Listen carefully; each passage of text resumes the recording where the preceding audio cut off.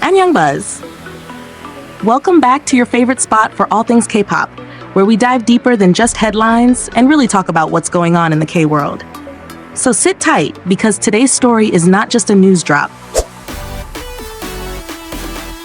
Jay from ENHYPEN just dropped a surprise feature on a brand new track with none other than American singer-songwriter Max. Yup, that Max. The same guy who's been making waves with his soulful vocals, eclectic pop sound, and performances at huge festivals like Lollapalooza. The new track is called Love Insane, and honestly, I think the title says it all. Because this pairing, it's kinda insane in the best possible way. The song dropped on the 18th, and Jay's vocals are right there, front and center, alongside Max's. This isn't just a throwaway feature either. Jay brings serious heat to this track. His voice blends seamlessly with the high-energy production. There are these crazy addictive drum beats, punchy synths, and brass sounds that just scream summer anthem. It's fresh, it's funky, it's something I didn't know I needed from Jay, and yet here we are. Now, if you follow Jay for a while, you know he's been leaning into that rock star aesthetic lately. Gritty vocals, powerful stage presence, even live guitar. He's been crafting that identity with every comeback. But with Love Insane, we see a whole different side. In fact, Jay himself said that this song is a new style for him.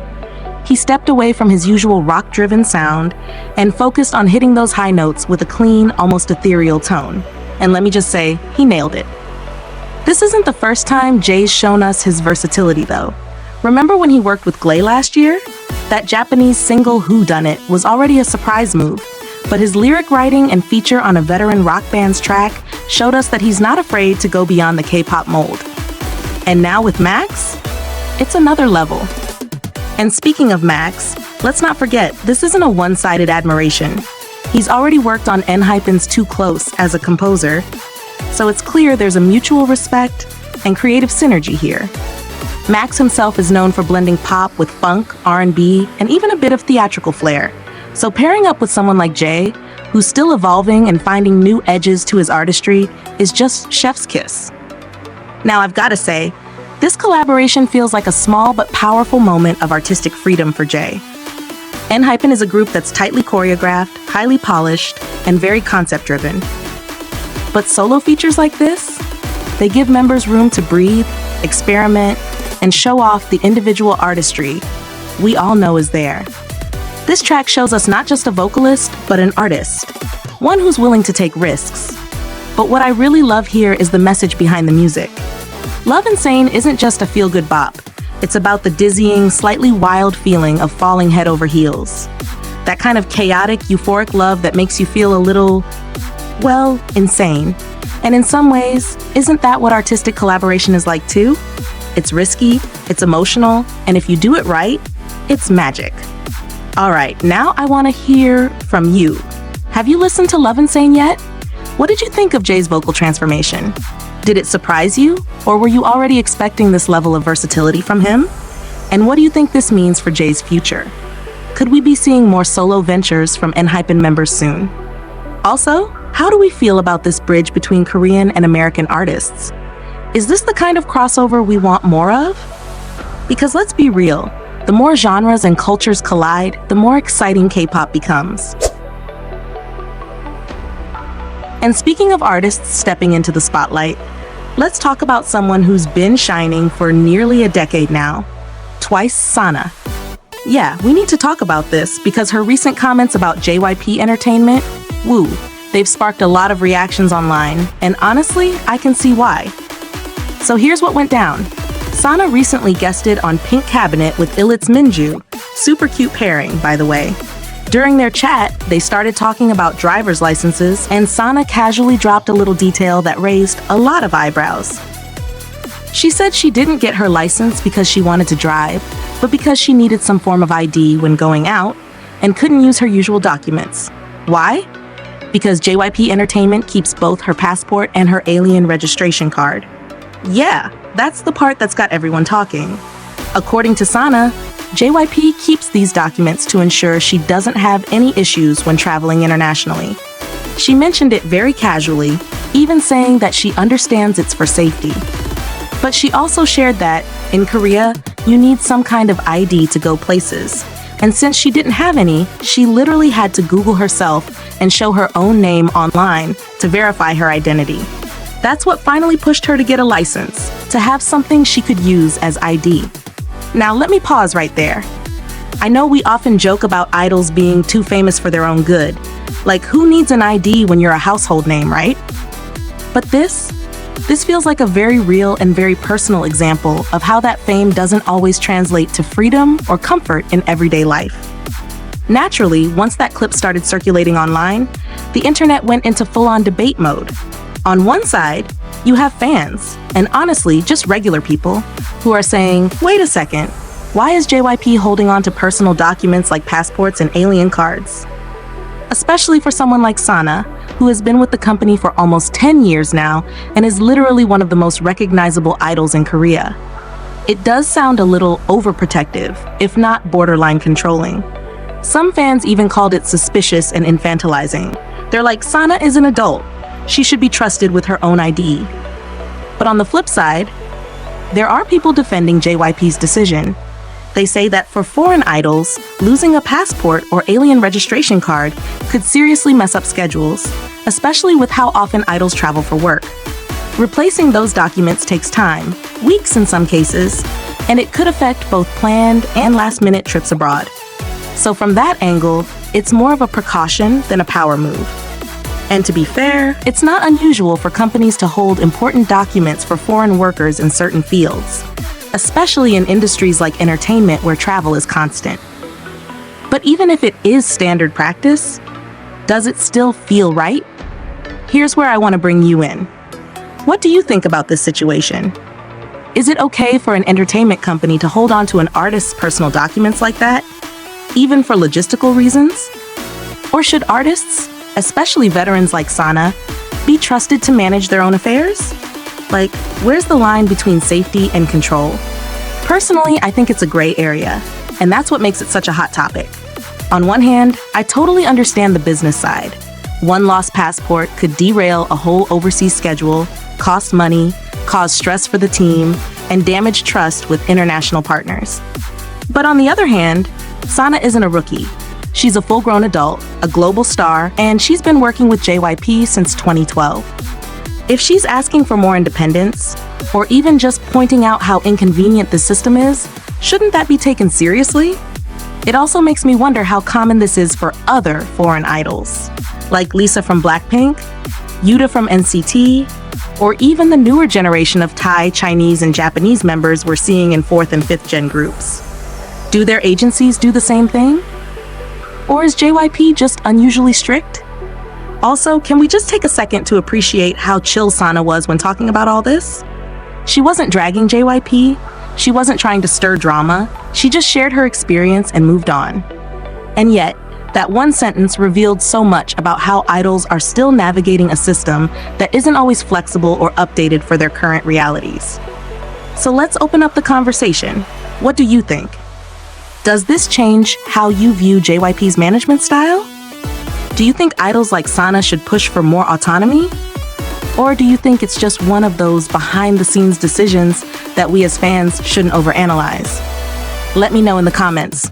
I seriously want to hear your takes on this one. It's a conversation worth having. And now, let's talk about something that's been buzzing on the internet lately. Something so seemingly small, yet it stirred up a whole lot of emotion in the fandom. I'm talking about BLACKPINK's Jennie and that deleted photo with Rosé. Yep, you know the one I mean. This might look like minor tea on the surface, but the reactions, they are divided. So here's what happened. Jennie recently posted a photo dump from the Deadline show, which, by the way, was full of some seriously cool and artsy moments. In her post, she included tour photos, some group shots with all the BLACKPINK members, and individual pics with each of them. But then, sharp-eyed fans noticed something had changed. The photo with Rosé? Deleted. Quietly, no explanation, and you already know what happened next. The internet exploded. On one side, people immediately jumped to conclusions. Some netizens took this deletion as a sign, maybe even proof, that something's off between Jennie and Rosé. They were like, why would Jennie only Rosé's picture? That's shady. People even started speculating that there might be some behind-the-scenes beef going on, or that this was yet another sign of BLACKPINK drifting apart. And I get it.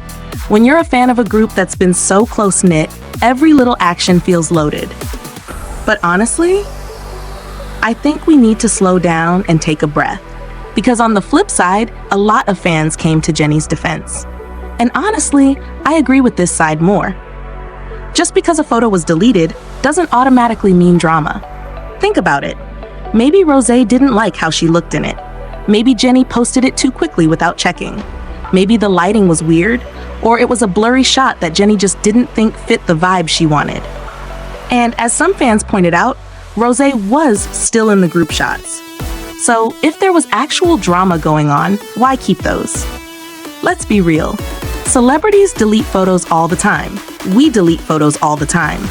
Have you never posted something and gone, nope, and taken it down? Why are idols not allowed that same kind of personal curation? I also want to touch on something a little deeper here. It seems like, as fans, we often want to read more into things than we should. We start drawing conclusions based on Instagram posts, what order people are standing in, or whether someone said happy birthday on time. And while it's natural to care and be curious, it's also super important to recognize that these idols are real people. They have real friendships that aren't always perfect, and they shouldn't have to publicly prove their bond to us 24/7. Now, I will say this. It's no secret that BLACKPINK members have been doing more individual activities lately. Jennie's building her own brand with OA, Rosé's been exploring music and fashion, Lisa's making waves globally, and Jisoo's stepping into acting. And you know what? That's okay. Growth and individual ambition don't mean the group is falling apart. But I also think fans are a little sensitive right now because things are changing. The group dynamic looks different from how it did a few years ago, and change can be uncomfortable. But let's not use a deleted Instagram photo as a reason to villainize someone, or worse, to pit two women against each other when we don't even know the full story. So now I want to hear what you think. Was the deletion of Rosé's photo really that deep? Do you think people are overreacting? Or is it fair for fans to feel a little concerned? Especially with all the recent shifts in BLACKPINK's dynamic. Also, here's a challenge for you. Try to look at this moment without assumptions. If Jennie or Rosé was your friend in real life, how would you respond to them quietly deleting a photo together? Would you instantly assume drama? Or would you just send them a DM like, "Girl, what happened to that cute pic?" Let's talk in the comments. Keep it respectful though, because at the end of the day, this is a group that gave us so many legendary moments, and they deserve the benefit of the doubt.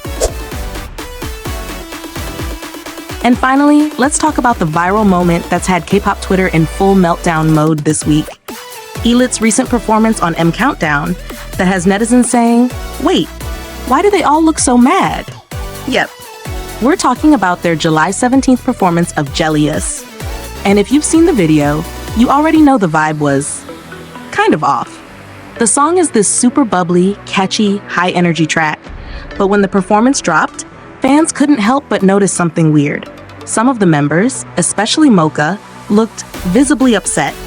We're not talking about a subtle moment either. People started clipping screenshots and zooming in like detectives. The most viral one? A clip of Mocha looking absolutely done. Like, not just tired, mad. The kind of face you make when you stub your toe, lose your phone, and realize your iced coffee spilled all at once. Now, here's where things got even more chaotic. Some fans tried to brush it off, saying maybe it was just part of the concept or an inside joke, but a lot of people weren't buying it. And honestly, neither was I. Because when every single member looks like they're holding back frustration during a song that's supposed to be fun and cheeky, that's not a concept. That's exhaustion. And Twitter did not hold back. Comments ranged from "they mad SF, especially Mocha" to "Billif, stop overworking your idols." And they're mad BC whoever made this choreo is dumb. Harsh, maybe. But when you look at the context, it kind of makes sense. Let's break it down. This performance came in the middle of ILLIT's intense promotional cycle. There have been murmurs that some members, including Mocha, have been dealing with illnesses. And on top of that, the choreography for Jellius is no joke. It's bouncy, non-stop, and honestly looks like something you do after 4 Red Bulls, not after back-to-back schedules and fan calls. So yeah, if they look tired, frustrated, or just plain over it, I can't really blame them. But here's the real issue. Performances like this raise serious questions about how rookie idols are being managed. ILLIT is still a very new group under BLACKPINK, and we've seen similar patterns with other 4th and 5th gen rookies. Intense pressure to perform, little rest, and extremely high expectations from both companies and fans. And what's worse, any slip in energy gets dissected instantly online. Imagine this: you're exhausted, maybe sick, pushing through a performance because it's your job. And instead of empathy, people are watching your face and saying you look angry. That's the reality of being an idol right now. Now don't get me wrong, there were fans who showed support.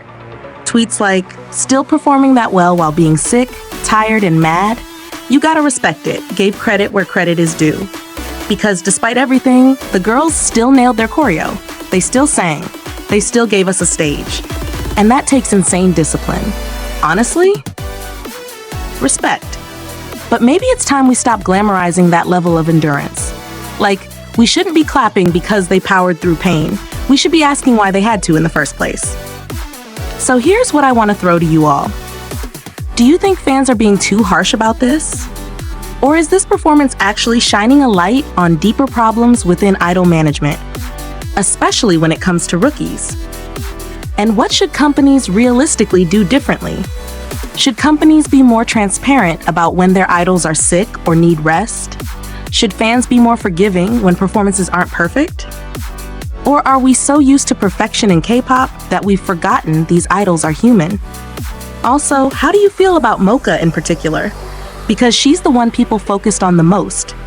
And some say she's just naturally serious-faced when she's tired, while others think she may have just hit her limit that day. Let me know in the comments. I want this to be a real discussion, not just hot takes. Because if we want our idols to be around for the long run, we have to start valuing their health and happiness more than a perfect expression during a 3-minute performance. We need to talk about the absolute storm that hit the K-pop community after the premiere of Boys II Planet on July 17th. Because if you thought the first episode was going to be smooth and predictable, surprise. Net wasted no time bringing the drama. And this time, the controversy isn't just about trainees. It's about a debuted idol who was eliminated before he even had a chance to warm up. Yes, we're talking about Thantor, a member of the boy group The Wind, who debuted just last year in 2023. If you're a fan of 5th gen rookies, his face probably looked familiar, and that's why what happened hit even harder. Thantor performed Taeyang and Jimin's hit collab Vibe for his evaluation stage, but instead of applause, appreciation, or even constructive feedback, he was handed 0 stars. And under the new format of Boys II Planet, 0 stars means one thing: immediate elimination. Yep, no redemption arc, no second chances, just gone. And the internet completely lost it. Fans were stunned, and honestly, I was too. Because here's the thing, was it a flawless performance? Maybe not. But was it a 0? Absolutely not. If you've seen clips of the performance, or even just replays from his group activities with The Wind, it's clear Thantor is not only a capable vocalist, but someone with real stage presence. This was not a tone-deaf rookie or someone who cracked under pressure. He had minor pitch issues, sure, but that's normal under high stress. Still, the judges gave him 0, and Minette edited it in that classic evil edit fashion we've seen time and time again. And let's be real, Minette is known for this kind of thing. They love a narrative. But this time, it feels like they were trying too hard to shock us right out of the gate. Like, we get it. You want headlines, but eliminating a debuted idol on the first episode feels unnecessarily cruel and honestly disrespectful to the career he's already built. And fans were not having it. One user said, "Thantor can sing and Net should F themselves." While another added, "I don't even want to watch anymore if this is how they're going to eliminate from the very start." And honestly, that's a fair reaction, because what's the point of having experienced idols on the show if they're going to be treated worse than trainees? What hurts more is that Boys2 Planet was supposed to be a platform for growth, a place where even those with past experience could come and show new sides of themselves. But Thantor wasn't even given that chance. One performance, one score, and just like that, gone. It's not just disappointing, it's disheartening. This also brings up a bigger issue in the survival show format. Are these shows actually built to support talent, or just to manufacture shock and drama? Because let's be honest, Minette knows what they're doing. They knew eliminating someone who already debuted would stir conversation, and here we are, talking about it. But here's the thing, Thanator's elimination doesn't make him any less talented, it just makes the system look broken. And fans have receipts. Clips of his vocals from the Wins content are being shared left and right, with people saying things like, Thantor ain't even do bad, Minette you will die. And he really doesn't deserve 0 stars. Period. When this many people agree, it's hard to believe this was just a fair evaluation. So now I want to open this up to you all. Do you think Thanator's elimination was fair? Or do you think Minette is pushing shock value over actual skill and potential? Should survival shows be giving more chances to idols who've already debuted? Or is the bar higher for them because of that prior experience? Also, will you keep watching Boys2 Planet after this? Because I've seen so many people say they're already turning away from the show because of how this played out. It's one thing to have high standards, but it's another to use a system that instantly disqualifies someone after one imperfect, but still solid performance. Let's talk in the comments. Was this just bad judgment or another example of Minette's obsession with drama over talent? Once again, BLACKPINK's Jennie has the world buzzing. But this time, it's not because of a song or a red carpet appearance, it's because of a few bold, very unapologetic photos that are giving straight up, I don't care anymore energy. And honestly, I'm here for it.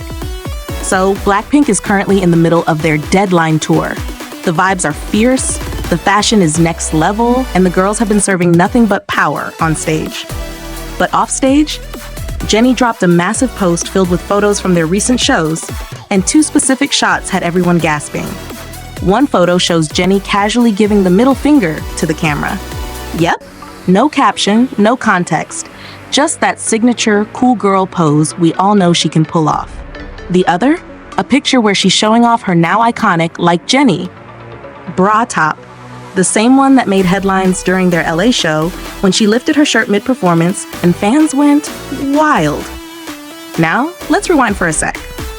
When that LA moment happened, Jennie flashing the crowd with that cheeky Like Jennie top, it got a lot of attention. Some people loved it, saying it was a playful, confident move that only Jennie could pull off. But of course, others went straight into the usual too much, inappropriate, not idol behavior kind of discourse. You know, the usual chorus of haters who always seem to have something to say about powerful women doing whatever they want. So when Jennie posted those 2 photos back to back, first the middle finger, then the infamous bra top, you already know what the internet thought. Jennie just told her haters to sit down and shut up. Fans were quick to connect the dots. One tweet said, Jennie said fuck haters, and another shared the pics with the caption, Jennie's message to her haters. The reaction? Pure chaos and admiration. Because whether she meant it that way or not, Jennie just sent one of the clearest messages we've seen from an idol in a long time. She's done playing nice for people who are determined to misunderstand her. And honestly, I respect the hell out of that. Because here's the truth. Jennie's been under a microscope for years. From her dating life, her outfits, her expressions on stage, her solo projects, literally everything she does gets dissected and picked apart. And yet, she still shows up, still performs like a boss, and still makes bold moves like this. This latest post feels different though. It doesn't feel like she's just brushing off the hate, it feels like she's actively pushing back. Like she's saying, you can talk all you want, but I'm still Jennie, like Jennie, and I don't owe you anything. And to me, that's not just iconic, that's important. We often talk about how K-pop idols are breaking the mold and becoming more expressive, more bold, more free. But the second a woman actually does it, suddenly it's controversial. Suddenly she's rude, inappropriate, or arrogant.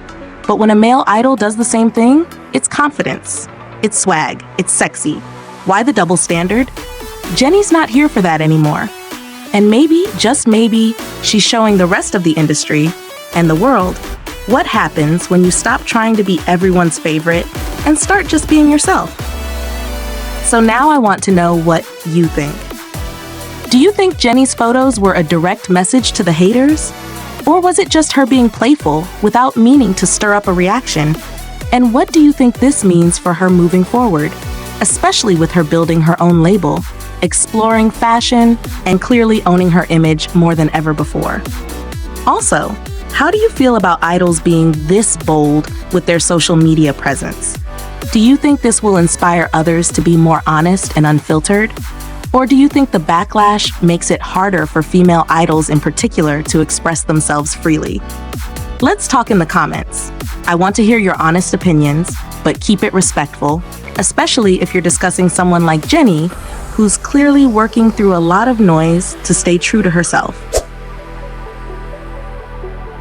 Okay, I need to talk about this. Super Junior's Heechul just dropped one of the most heartfelt, funny, and low-key emotional posts we've seen from an idol in a while. And honestly, it's giving real, like, you can't fake this kind of sincerity. So in case you missed it, Heechul recently posted a long message on Instagram, and let me tell you, it was not your usual, please support our comeback kind of caption. He literally opened by saying, I didn't drink alcohol, and that he was writing the post while on the way to his next schedule. Like, okay, off to a very Heechul start. He went on to say he feels like Mowgli from the Jungle Book, learning new things again, being guided by Eun Hyuk and Lee Junyoung. And y'all, I don't know why, but that image alone had me smiling so hard. Heechul being the wide-eyed newbie after 20 years in the industry, that's adorable and poetic at the same time. But then he dropped something that really hit me. He admitted that for the past few years, his mind and heart have been a bit whack, and that just that line alone felt so raw. Like, we know Heechul has been dealing with injuries and taking a back seat from dancing, but hearing him say he's been healing through this comeback process, that's powerful. And then he adds, this part's hilarious and weirdly touching, that even though he's not the best dancer anymore, he's just grateful to be dancing behind his members and looking at their butts. Yes, that's literally what he said. Looking at their butts, a view only I can see. I swear, only Heechul can get deep and chaotic like this in the same breath. But my favorite part? He ended it by saying, the biggest dopamine rush for me is Super Junior and ELF. That's right. Not clout, not views, not solo fame, just his group and the fans. It's so real, so raw, and honestly, so rare. I feel like this comeback means more to the members than we might have realized. It's their 20th debut anniversary. 2 decades in K-pop is not a joke.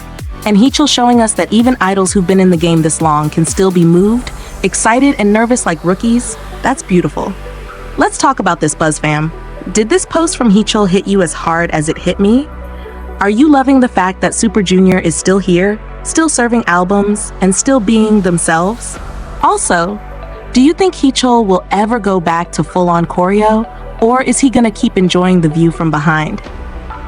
Haha, let me know what you think in the comments. And if you're an ELF, tell me your favorite moment from this comeback so far. I'm curious what stage or song has you screaming legend behavior. We're talking about one of the most unexpectedly hilarious, and yes, kind of awkward, moments from this year's Blue Dragon Series Awards. I'm telling you, K-drama actors are usually known for their poise, their charisma, but this time, Lee Junyoung gave us an unfiltered, real human moment on live TV, and it was absolutely priceless. So here's what happened, and you're going to want to stick around because this story is just comedy gold.